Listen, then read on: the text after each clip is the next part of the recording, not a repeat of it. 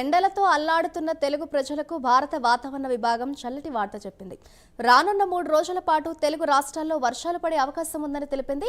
పలు ప్రాంతాల్లో తేలికపాటి నుంచి మోస్తారు వర్షాలు కురిసే అవకాశం ఉందన్న వాతావరణ శాఖ మరికొన్ని ప్రాంతాల్లో భారీ వర్షాలు కురిసే ఛాన్స్ ఉందని వెల్లడించింది.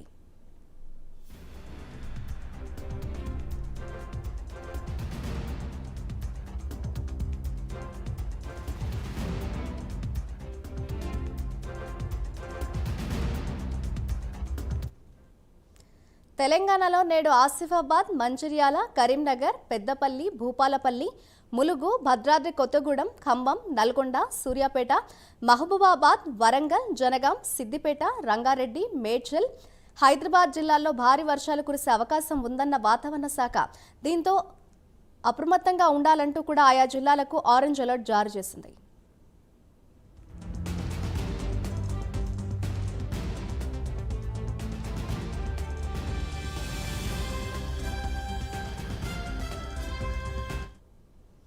మరోవైపు కోస్తాంధ్రలో నేడు వర్షాలు పడే అవకాశం ఉందని తెలిపింది.